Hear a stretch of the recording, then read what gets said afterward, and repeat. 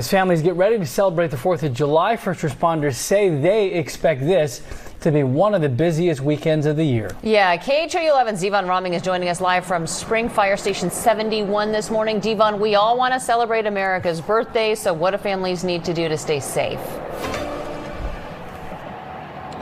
Yeah, we have a big weekend ahead of us, right? And of course, this weekend involves lots of items just like these here. Many fireworks, a lot of these fireworks that are marketed and geared towards kids. So it's always important this time of the year to have these safety reminders when it comes to using fireworks. And this morning we are joined by Dr. Kovar here. He's an ER doctor, also works for Harris County. And he is here to kind of put things into perspective of us of what we need to know and what we need to remember when it comes to safety. Dr. Kovar, thank you so much for joining us this morning. First off, I see you have something in your hand that a lot of us are very familiar with, the common fireworks sparklers. We've got sparklers, so happy 4th of July.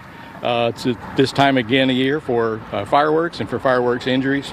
We see a lot of injuries from the most innocuous kind of fireworks. Lots of different things, but sparklers, Roman candles, and bottle rockets account for the majority of the injuries. A lot of the injuries that we see are from bystanders. 2 out of 3 injuries that we see in the emergency department are going to be from burns, hand injuries, eye injuries, and they're going to be from bystanders, from people that weren't even lighting the fireworks. So it's pretty significant. The sparklers, we see a lot of pediatric, a lot of child's injuries because it's kind of innocuous. We don't pay much attention to it. It's pretty, doesn't make a loud noise. This thing burns at 2,000 degrees. This will melt metal. And you hand this to a 5-year-old, bad things are really going to happen.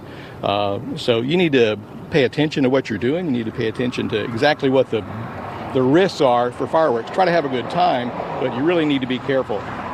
And let's talk about some of these other items here. It's interesting that you say that a lot of the injuries aren't necessarily the folks who are operating the fireworks. It's more so bystanders. Talk to us about some of these other items here that are very common when it comes to injuries. A lot of fun. You light them. You're supposed to stick them in the ground. A lot of people hold them in their hand. And they'll hold them in the hand. They'll point them at animals. They'll point them at other people. Again, these things ricochet. They explode. The whole thing can explode in your hand. That's when we see a lot of hand injuries. Same thing with bottle rockets. Again, 250 feet per second immedially. That's a lot of force that this thing takes off with. You don't know where it's going to go. Yeah. It's unguided.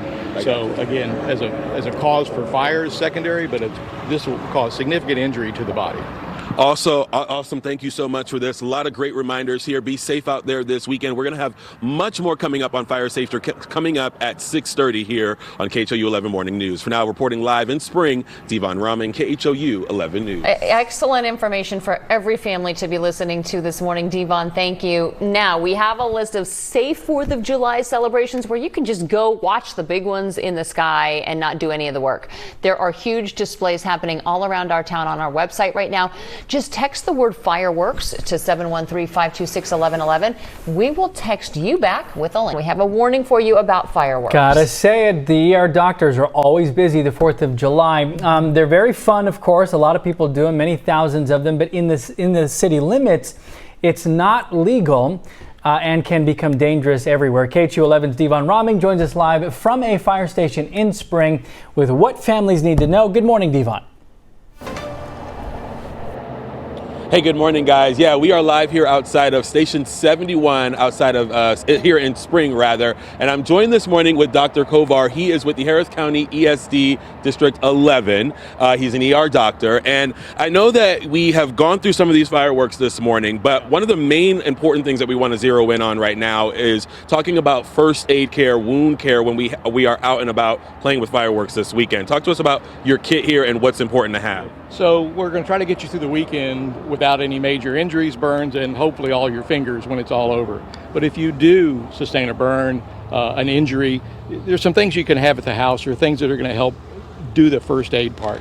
Obviously, anything that causes an open wound, a laceration, and kind of bleeding, you need to go to the hospital. You need to be seen. Call the EMS, call 911. We can take care of that.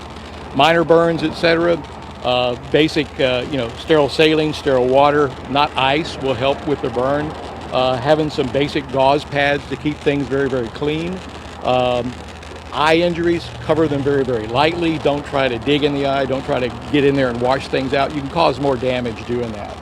Yeah. Now, let me ask you, one of the things I was wondering, and we were questioning you about earlier, is like, let's say you have a firework that pops off and it hits you in the eye. You recommend not rinsing the eye, right? Yeah. Again, don't get aggressive at trying to rinse the eye. If there's any kind of penetration of the globe, any kind of injury to the cornea, basically getting very aggressive can actually add more injury to that. Call us. We know what to do. We can make the examination. We've got medication. We've got stuff for pain to help you out, and we can get you to the right place. Yeah. And when it comes to burn, should you wrap a burn, or you said cold compress? How should you manage a burn as you're trying to wait for paramedics, or you're going to the ER? Yeah. Initially, you want to get some pain relief. You can do that with cool water, not ice. Ice is going to add to the damage of the burn.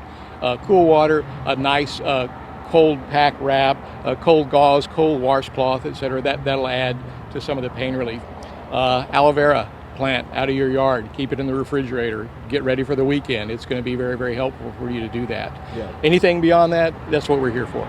And speaking of being here for, we do have our emergency services here on standby just in case anything goes wrong. We're going to light up some of these fireworks just to kind of show you the impact of these fireworks and why it's so critical for folks to really heed these warnings and use caution when lighting fireworks, because these things sort of pop off and go off in all sorts of different directions here. And so with something like this sword, what would your advice be for folks who are handing these to kids? Oh, it's a great child's toy, huh?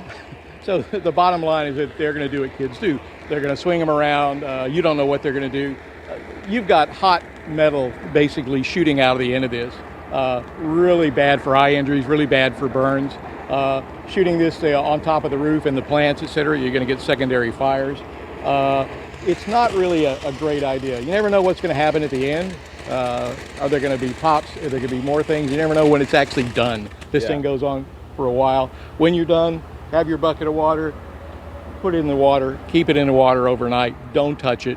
Again, there's a lot of secondary explosions and secondary fires from these things. And that's an important note, keeping the water on standby and keeping them soaked overnight. A lot of people will just put them in there and then take them out. Keeping them in overnight is key. The absolutely safest thing to do is keep them in overnight, make sure they're all soaked out and dead. Got it.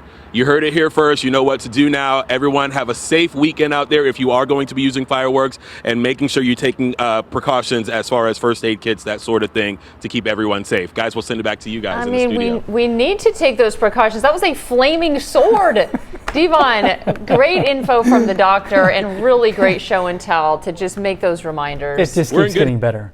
We cut him off, and I did the sparklers and then the pony and then the sword. And now the sword.